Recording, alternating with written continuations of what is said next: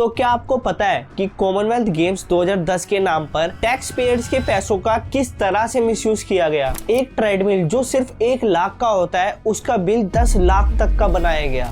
और ये तो बस शुरुआत है। एक सिंपल टिश्यू रोल जो मार्केट में 50 से 100 रुपए का मिलता है वह 500 रुपए का दिखाया गया। ये सब शॉकिंग डिटेल्स आपको आगे वीडियो में मिलेगी। साल 2010 दिल्ली में कॉमनवेल्थ गेम्स का आयोजन हुआ जो सिर्फ भारत का नहीं पूरे विश्व का ध्यान खींच रहा था। लेकिन इस ग्रैंड इवेंट के पर्दे के पीछे छुपा था एक शर्मनाक सच। आज के इस वीडियो में हम जानेंगे कि कैसे एक ग्रैंड इवेंट करप्शन और स्कैंडल्स का मैदान बन गया।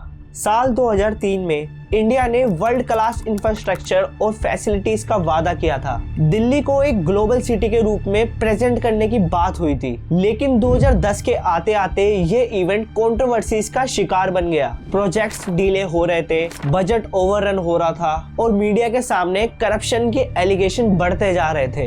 एक तरफ भारत की बढ़ती इकोनॉमी की चर्चा हो रही थी तो दूसरी तरफ ये घोटाला पूरा सिस्टम एक्सपोज कर रहा था। आइए समझते हैं कि कैसे प्रोडक्ट्स और सर्विसेज के प्राइस को आर्टिफिशियली इन्फ्लेट करके टैक्स पेयर्स के पैसों को लूटने का खेल खेला गया। एक सिंपल टिश्यू पेपर रोल जो 50 से 100 रुपए का आता था लेकिन उसका प्राइस 500 दिखाया गया। सोचिए, जो चीज हर दिन घर में यूज होती है उसका प्राइस 10 से 20 गुना बढ़ाकर दिखाया गया। ये सिर्फ एक एग्जांपल है कि कैसे छोटी सी छोटी बेसिक चीजों पर भी भ्रष्टाचार किया गया। वैसे हम इंडियंस को तो पानी से ही मजा आता है। जिम इक्विपमेंट जैसे ट्रेडमिल जो सिर्फ 1 लाख रुपए के होते हैं उनका प्राइस 10 लाख बताया गया। और शॉकिंगली ये इक्विपमेंट ज्यादातर अनयूज्ड ही रहे।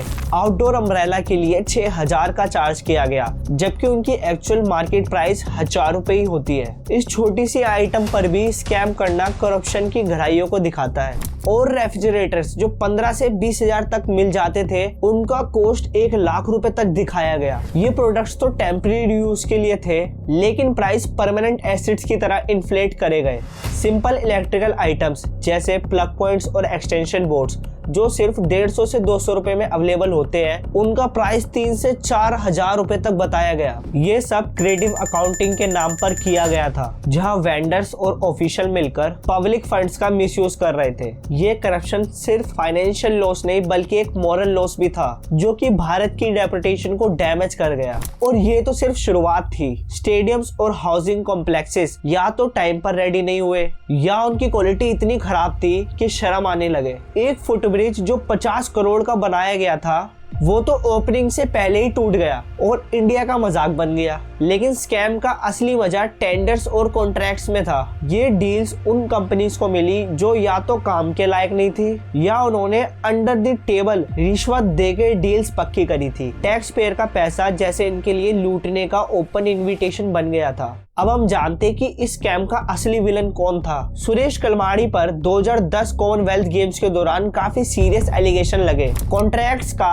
अनफेयर एलोकेशन हुआ जहां अपनों को बिना प्रॉपर बिडिंग के कॉन्ट्रैक्ट्स दिए गए। ये स्कैंडल्स करप्शन और मिसमैनेजमेंट का बड़ा एग्जाम्पल बने जिसमें भारत की इमेज तो बहुत ज्यादा ही खराब हुई। मीडिया और पब्लिक के सामने कलमाड़ी का नाम एक विलन के रूप में प्रस्तुत हुआ। लेकिन क्या ये सिर्फ एक व्यक्ति की गलती थी या पूरा सिस्टम ही करप्ट था? जब सीबीआई ने इन्वेस्टिगेशन शुरू की तब साफ हुआ कि सिर्फ कलमाड़ी ही नहीं बल्कि और भी ब्यूरोक्रेट्स और पॉलिटिशियन इसमें शामिल थे। जब ये स्कैम पब्लिक के सामने आया तो लोग गुस्से से भर गए। प्रोटेस्ट दिल्ली के हर कोने में होने लगे। मीडिया ने इस करप्शन को एक्सपोज करने में बड़ा रोल प्ले किया। एक तरफ इंडियन एथलीट्स मेडल जीतकर देश का नाम रोशन कर रहे थे तो दूसरी तरफ करप्शन ने इंडिया की इंटरनेशनल इमेज को काफी ज्यादा नुकसान पहुंचाया। 2010 के कॉमनवेल्थ गेम्स के बाद एजेंसीज जैसे सीबीआई और एनफोर्समेंट डायरेक्टरेट ईडी ने इन्वेस्टिगेशन शुरू की। सीबीआई की चार्जशीट के मुताबिक